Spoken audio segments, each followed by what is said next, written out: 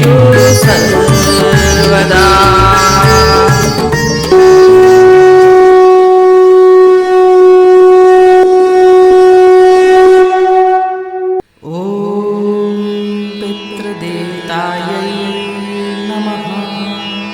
Motivational speaker आहिनि माया वसंदानी। अध्याय 2 श्लोक 12।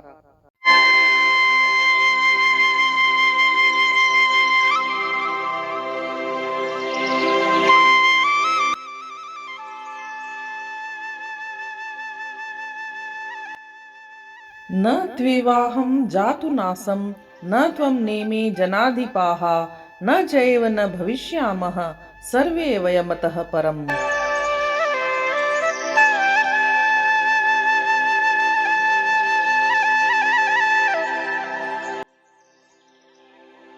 अर्थात ऐसा नहीं है कि मैं किसी काल में नहीं था या तुम नहीं थे या ये राजा लोग नहीं थे, और न ऐसा ही है कि वे भविष्य में हम सब नहीं रहेंगे। भगवान अर्जुन को समझा रहे हैं कि हम सब पहले भी थे, अब भी हैं और भविष्य में भी रहेंगे, केवल शरीर बदलते रहेंगे। आत्मा तीनों कालों में वही का वही रहती है और नित्य स्थित है। नास्तिक लोग केवल 4 तत्व पृथ्वी, जल, वायु और अग्नि को ही मानते हैं, और वे कहते हैं कि वे केवल शरीर हैं। वे कहते हैं कि मैं मोटा हूँ, मैं दुबला हो गया हूँ, मैं बैठता हूँ इत्यादि। यह मैं पने का लक्षण तो देह में है, इसलिए वे समझते हैं कि शरीर के मरने से आत्मा भी मर जाती है। भगवान अर्जुन को निश्चित ज्ञान देते हुए कहते हैं कि यह भ्रांति है, जिसके निवारण के लिए शास्त्र हैं। आत्मा को प्रारब्ध के अनुसार भिन्न भिन्न शरीर मिलते हैं, जो जन्म लेते हैं और मरते हैं। यदि शरीर के साथ आत्मा का भी अंत होता तो फिर जन्म जन्म में किन कर्मों का हिसाब देना पड़ता। स्पष्ट है, देह के अंत होने से आत्मा की मृत्यु नहीं होती, वह सदा सत है। यह शरीर, प्राण और इंद्रियां सब उस आत्मा पर आधारित हैं। नास्तिक तो कहते हैं कि आत्मा और परमात्मा कुछ भी नहीं है और स्त्री पुरुष के संयोग से ही शरीर उत्पन्न होते हैं। अगर ऐसा है तो क्या फोटोग्राफर के बिना फोटो निकलने चाहिए? नहीं। तो फिर रचयिता के बिना कोई भी वस्तु स्वयं तैयार हो सकती है? नहीं। ऐसी दशा में यह संपूर्ण जगत सृष्टा या रचयिता के बिना कैसे पैदा हुआ और कैसे चल रहा है? संपूर्ण सत्ता आत्मा की है, जो कि परम आत्मा का ही अंश है और वह शाश्वत है। जीव किसी भी शरीर में हो, चाहे वह हाथी में हो या चींटी में, तो भी वह आत्मा ही है। प्रत्येक प्राणी में सूक्ष्म शरीर है, जो 17 तत्वों से बना हुआ है और संपूर्ण शरीरों में बसता है। ये 17 सूक्ष्म तत्व हैं: 5 प्राण, 5 ज्ञानेंद्रियां, 5 कर्मेंद्रियां, मन और बुद्धि। प्रत्येक स्थूल शरीर में वह सूक्ष्म शरीर नख से चोटी तक व्याप्त रहता है। 2 या 3 स्थानों पर चोट लगे तो पीड़ा सब जगह पर ही प्रतीत होती है, न कि एक जगह पर।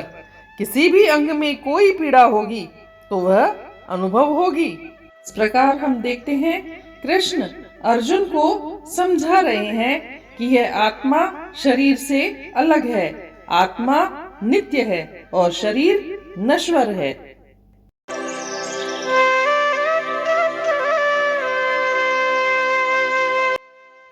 Never was there a time when I did not exist, nor you, nor all these kings, nor in the future shall any of us cease to be. This verse teaches us that the soul is eternal and indestructible. It has always existed and will always exist. The body may die, but the soul lives on. This is a very important concept to understand, as it gives us hope and peace in the face of death. The verse also teaches us that we are all individual beings. We are not just part of collective consciousness. We each have our own unique identity and purpose.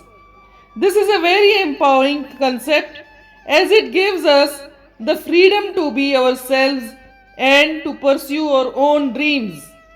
Finally, the verse teaches us that we are all connected to God. We are all part of the same divine essence. This is a very comforting concept as it means that we are never alone. We are always connected to the source of all love and light. In conclusion, chapter 2, verse 12 of the Bhagavad Gita is a very powerful and insightful verse. It teaches us about the eternity of the soul, our individual identity, and our connection to God. These are all important concepts that can help us to live a more meaningful and fulfilling life.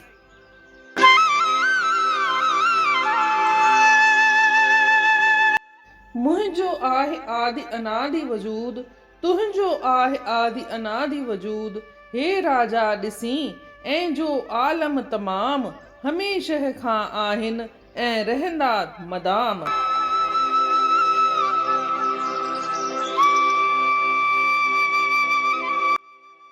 इन रीति श्लोक 12 में श्री कृष्ण भगवान अर्जुन खे समझाइस थो त असां पहले बि हुआसीं, अॼु बि आहियूं ऐं सुभाणे बि रहंदासीं। आत्मा शाश्वत आहे ऐं शरीर नश्वर आहे। इन रीति अध्याय 2 जो श्लोक 12 जो अर्थ पूरन थियो। सुभाणे ॾिसंदासीं 13 श्लोक। तेसी ताईं जय श्री कृष्ण।